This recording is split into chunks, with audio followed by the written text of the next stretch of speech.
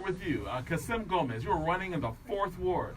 Why are you specifically running in the fourth ward? What are some of the things that you want to change about the fourth ward?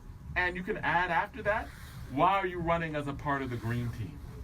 Okay, thank you. Good evening, everyone. Thank you for having me this evening, Jonathan. Um, One of the main reasons why I wanted to get into public service is that I always wanted to participate in changing my world. So I'm originally from the South Bronx. I grew up in the Bronx during the 70s, and I saw some things growing up that were very, very challenging, and it always stuck in my heart.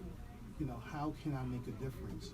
And when I got to East Orange, there were some things, some challenges in my community that I noticed. I'll be specific. I moved in an area where there was a lot of crack being sold, and I had children, and I couldn't even let them go outside and play. Wow. And I remember, seeing the crack vials, in front of the house, and I remember So you're talking about the 80s, right? Yes. 80s, and also it was also during the early 90s, early 90s. And so recalling that, it was just very, very hurtful because it kind of reminded me, I'm going to be 58 in July, and it reminded me growing up in the 70s in the Bronx and the burnt out tenements and the fear that children had. And I was in a situation that I had to be in that particular environment, and I had to figure out strategies for my family, and there was other families there trying to figure out strategies how to raise their family in that type of situation. So what does that bring to you now, right? Like you're running for council in the fourth ward right now. What are the things you see right now that were influenced by what you saw then, and what are some of the things that like specifically you want to do about it? So the fourth ward has many challenges. We have the Greenwood area, also known as the Teen Streets, where it kind of got devastated by the 90s and redlining and things of that nature. So it just kind of reminded me of the situation I was growing up in. So I chair redevelopment, and one of my goals is to try to revitalize that area and the whole city. So that's one of the things I'm trying to do. And revitalize it in what way? Like what do you want to do that could lead to that revitalization? And so we discovered a large amount of vacant and abandoned properties all throughout the city, but particularly in that area. And the goal is to bring developers into that area and attract people who want to actually buy homes and build not just blocks, but neighborhoods, and invest in the neighborhood. So that's one of the things that I'm kind of looking at in that particular area. So you're like saying, hey, look, we have this whole group of vacant lots or vacant buildings that no one is living in right now, and we are going to try to connect the people, those abandoned buildings, with people who want to own homes, so that they can have some means of being able to like build them up. Exactly, and people who want to join the community, not just take over the community, because that's one of the fears when people come into the community is gentrification. But if you have a balanced approach, I believe you can rebuild neighborhoods, because when we talk about it, we forget that many people left urban areas. It was called urban flight, and they left, and now they're coming back because some of the areas that they moved to they're being priced out. So it's just kind of use that opportunity to rebuild the city to its greatness that it had before. Okay, and so and I think that's probably why you want to run both as an individual and as a team, where you can coordinate these efforts with the rest of the city. Absolutely, I believe that the Green Team has a vision to revitalize the city, and that's the reason why I'm part of the Green Team. On a personal level, I believe that some people, they just see the negative. I believe that you have to have a vision. You have to have a vision, and you have to stick to that vision. And even when you have naysayers, you have to just continue to focus on the vision that you believe that you can bring forward. I think that's leadership, and I prefer leadership over politics. Now, you have a teammate that seems to be in that ward. I don't know if this is a typo or not, but it says also the fourth ward, Tamika Garrett. So, Tamika Garrett, I'm going to start asking you questions about why you're running for office. And are you running also in the fourth ward, or this says unexpired term? What does that mean? And so you can tell me what you're running for, why do you want to run for that as an individual and as part of the team? Okay. I'm Councilwoman Tamika Garrett Ward. I'm a lifelong resident of the city of East Orange. I am filling the unexpired term of Tashami Cooper. I was appointed and sworn in December to fill her seat. She's now our freeholder. So therefore I have to do a special election in June. Okay, and just for it, are there two council people from the fourth ward, or is it just, because it says fourth ward for both, so what does that mean? Yes, there are two council persons per ward. And since I'm doing this special election, I'm on the ballot along with my partner Casim Gomez. Okay, great. And so what are some of the things that you have worked on and want to work on for the future in your ward? And then you could also tell me why you are part of the larger green team. Okay. As my partner stated, the teen streets are near and dear to my heart. I grew up on North 16th Street in East Orange. I witnessed the change that the neighborhood went through during the crack era of the late 80s and early 90s. I remember being a little girl, and we had community, the neighborhood, to where I would ride my bike and I could only go but so far, a few houses to the left, a few houses to the right, and if I tried to go past a certain driveway, I'll hear and I knew right away to turn back around, because everyone was looking out for the children in the community, and that's the old school way of raising the children in the neighborhood. And so what are you going to do or what do you want to do to try to bring some of that community back? One of the main things is revitalizing the teen streets. I was just through there today, and there are a lot of empty lots of homes that used to be there, and we have to rebuild as a part of the redevelopment. So it seems like this is a theme in East Orange. Like there are a lot of vacant properties and abandoned properties, and it seems like there's a concerted effort to say that's wrong, and we need to do certain things to make sure that those don't happen, right? Like, what are some in other cities? They get certain problems, like there are landlords who own them, and it's very difficult to get them to give up that property. And have you thought about anything to do to just push the release of that property, or if that's even the reason why it's abandoned? I'm not sure. Yes, that is part of the reason why they're abandoned, and the city has been working on bringing these landlords to court, bringing them to finding them so that way they can clean up the properties, and if they don't do it, then the city will do it and send them the bill. And put liens on the house. Yes. Okay. So that's one of the things that we're doing. I'm also, working on, along with my partner, revitalizing the parks. The parks are in desperate need of repair, upgrading, and we need to make the parks safe for our seniors who want to come out and enjoy the parks just to have a nice day, because they're home, our children and families all alike. And that's what you mean by community, right? Yes. Like where old people can go to the parks, Exactly. Where they don't have to worry about like the things that come from having abandoned buildings within their communities, and you're talking about going back and trying to do some revitalization. Yes.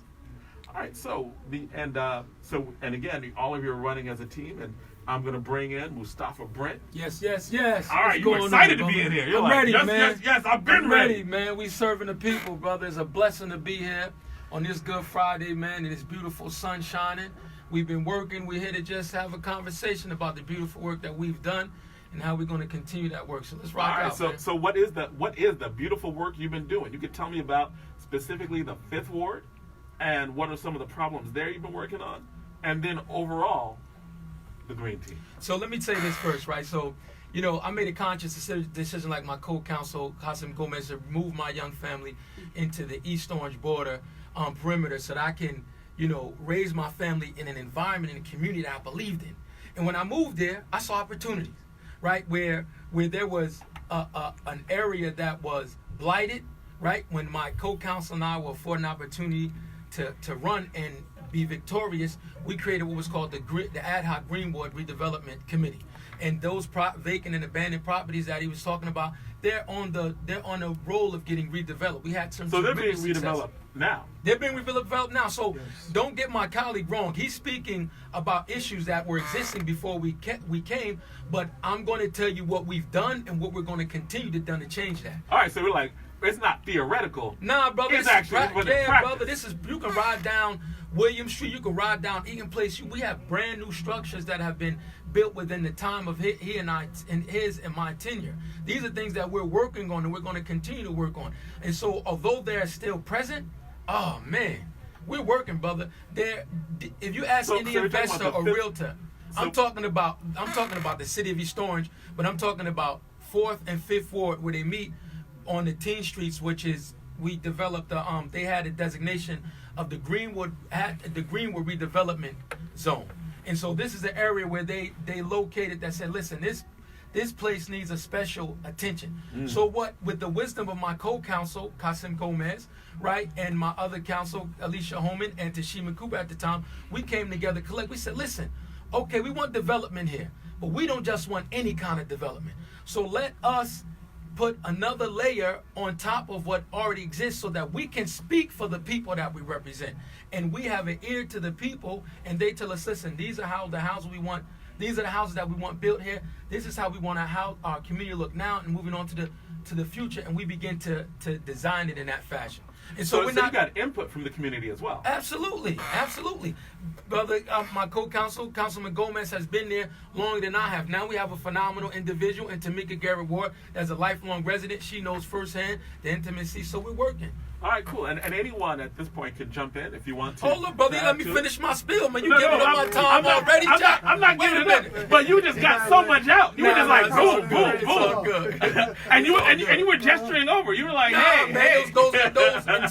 And so the beautiful thing, and I want to say this right, the beautiful thing about being a part of the green team, right? Everybody on this team is sharp, from the top down. We have Britney Timberlake doing phenomenal legislation in the assembly, right? Then you come to the city of East Orange. We talk about all politics of local. We have Amy Lewis in the first ward, phenomenal union leader.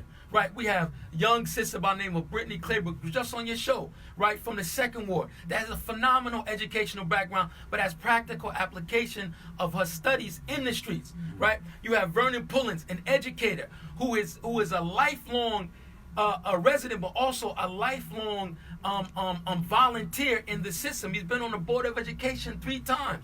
Then you have Brother Casim, educated beyond my measure. That's why I keep him close, right? Passionate, driven, that cares about the people. Then you have Tamika Garrett Ward, taught people in the community how to swim, Yes. right? Wow. And then you have me, myself, All right. just hungry, Mustafa. ready. You know, we built a school Yes. where there was a school that was vacant and abandoned for almost 20 Wait, years. You built a school? We built a school. Now, let me tell you the phenomenal thing about that. We, at the time when we put this initiative forward, we were under the Christie administration. So you tell You me, built a school under Chris Christie? listen, brother, you tell me, when has a government ever given money back, let alone to an African American community, let alone under Republican regime? And some people are going to tell you that's just a building. It's no big deal.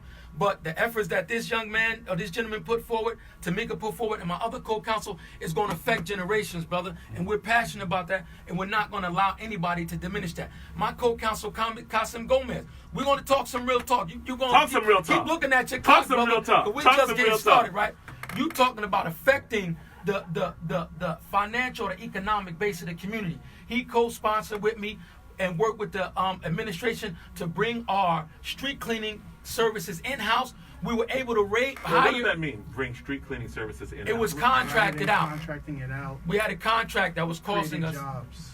that was costing us a couple $100,000 over what we knew we could spend to bring the service in-house. So they buy your own privatized. machine. They were privatized, but more expensive and not really employing your people. That's right. And we were able to hire citizens, brother. And now we're getting rave reviews on that. And the last thing I want to mention is something that I co-authored, was an MOU between. Now I'm just going to throw this in. That is actually the opposite of where a lot of people are going. A lot of people think privatize, No, you know, brother. and they're going, and you went the opposite direction because you're saying that actually brought jobs to people in the city. It brought jobs to people in the city, and it saved money for the tax base. Now, these things as individualized things, they don't look like they're maybe that significant. But you put that with a brand new school being built in the city of East Orange, 3.9 square miles. That's going to have a rippling effect throughout the whole city. You bring in something like street cleaning that employs families. I don't care if it's one family. That's one family in our borders that does not have to go hungry. You look at the MOU that I helped to co-author, but then our dynamic, phenomenal mayor came in and put his spunk behind it and juxtaposed his relationship with Newark, Orange and Bloomfield, and we were able to take 59 guns off the streets, make 59 arrests, 18 guns off the streets, and seized over $800,000 in guns. And we're not even getting into the 1-point-something billion dollars we have earmarked the development in the city. You got to give me more than 5 minutes, brother. Because we have to bring you back is what we're gonna have to do. We're gonna have to bring you back. Bring us back, man. Now, then, and forever, man. We're here to serve the people. This is a community of servant leadership. Everybody on the green team is a winner. They're intellectually astute, but more importantly, they have a certain level of passion and drive and depth of understanding of what the people need to get the job done. And we've been working on that trajectory, and we're going to continue to work on that trajectory. Like my co-counsel said, no matter what the naysayers or the people that have a negative outlook, I moved to East Orange and I stayed in East Orange because I see the opportunity, not the negativity, brother. We're working. May I say something, All right. Jonathan? Yes, jump in. So I just want to add to everything that my colleague said, my friend said, but real change is incremental, right? You build on what's already there and you continue working and keep focused. And you don't get distracted, you don't get discouraged, you just continue building. So the prior administration, they discovered all those vacant and abandoned properties and they were, satisfied getting fees for them. What we want to do is put families in those spots. That's right. And No. so that's what I think is one of the things you have to realize is that if you really want to build something, it's quiet, it's focused, it doesn't always get a lot of glamour, but it's something that you're going to be able to leave a legacy behind, and that's the type of government I'm interested in. And that seems like a theme of what you were talking about in terms of building community. But yes, Tamika Garrett. And just to close out, we're focused on the green team bringing the government to the community. And we're one city, one community, with one goal, and that equals progress. Yeah. All right, so I got it. Well, I mean, we could throw this into the very last thing that we're doing, right? Because we always ask one question, and you can throw in what you want to say with that last question. We're All Politics Are Local, America's number one political hip-hop radio talk show. So we always have to ask all of our guests, who is your favorite hip-hop artist, individual or group? Who's going to go first? Anyone who jumps in, just jump I'll in. go. Okay. Well, group, Naughty by Nature. They're from EO. And Queen Latifah. Okay, represent hometown all the way. Of course, I'm going to say Naughty as well, but I have to give a shout out to BBD, Boogie Down Productions, Okay. KRS-One. Love him. All right. Oh, you already know, brother. Rakim. Oh, nice. Okay. Yeah, Black Sheep from Black Thought from Philly, their group. I can't remember The name. Roots. The Roots. That's right. Right. That's right. And so this is the end of it, right? Yes. Though all of those people that you mentioned in their life, they built up equity in their field. And so what we're doing in East Orange is we're building up a communal equity that reverberates out within Essex County, which extends throughout New Jersey, and is being recognized internationally. And that's nothing that anybody should take for granted. So we're working, brother. I appreciate the opportunity to No, I talk. appreciate you Invite having us me back, here. brother, and we're going to work. We will invite you all back. We appreciate having you all out here. Thank you very much. Jonathan. The Really Green Jonathan. Team. So when is the election? June 4th. June 4th is the election. Make sure everyone comes out and vote. Line A all the way, baby. Your local elections are your most important elections. Come out and vote. Big hand of applause for coming out here. Thank you.